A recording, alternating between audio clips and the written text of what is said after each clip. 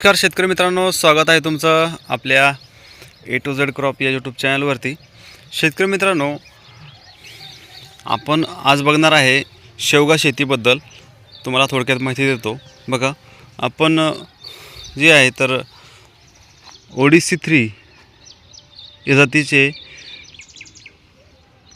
शेवगा लागवड केलेला आहे आणि तुम्ही बघू शकताय शेवग्याची क्वालिटी बघा, शेंगाची लांबी बघा, जवळपास 2.5 फुटाची ही जी शेंग आहे बघा, माझ्या पूर्ण हाता एवढी शेंग झालेली आहे ॲक्युरेट। आणि सगळेच शेंगा तसेच आहे बघा, एकच नाही तर सगळ्याच शेंगा तसेच आहे।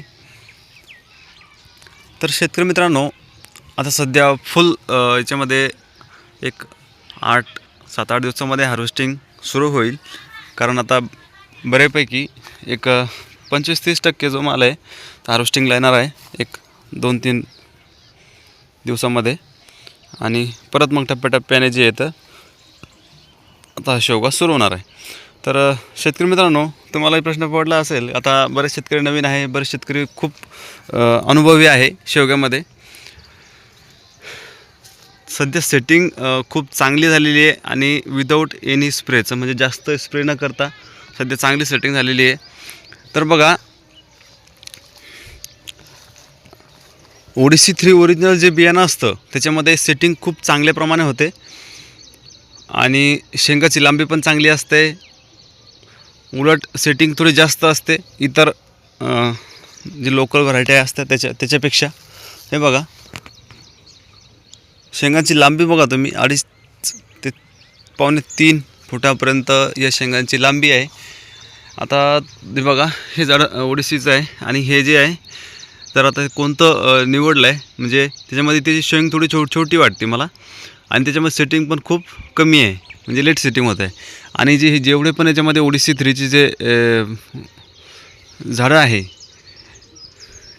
मात्र त्या झाडांमध्ये खूप चांगली सेटिंग झालेली आहे। तर शेतकरी मित्रांना मी हे सजेशन करेल, ज्या शेतकरी मित्रांना नवीन शेवगा लागवड करायची आहे त्यांनी फक्त आणि फक्त ODC3 ही व्हरायटी निवडावी।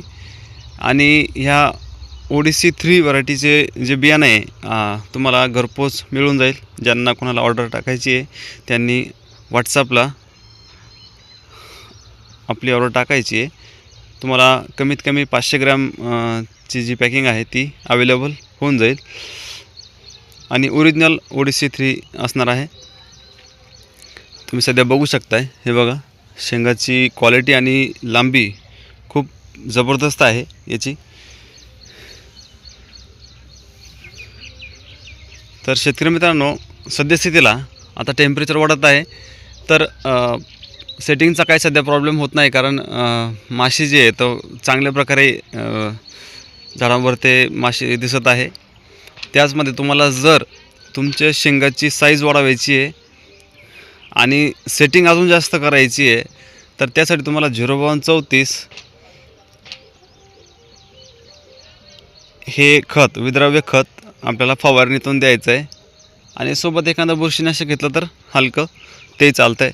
प्लस त्याच्यामध्ये ॲमिनो ॲसिड, फ्लुविक ॲसिड आणि ह्युमिक ॲसिड असे 3 घटकांचं जे कॉम्बिनेशन टॉनिक असेल ते परत त्याच्यामध्ये घ्यायचं आहे, जेणेकरून शेंगांची साईज, क्वालिटी सगळी चांगल्या प्रकारे वाढेल।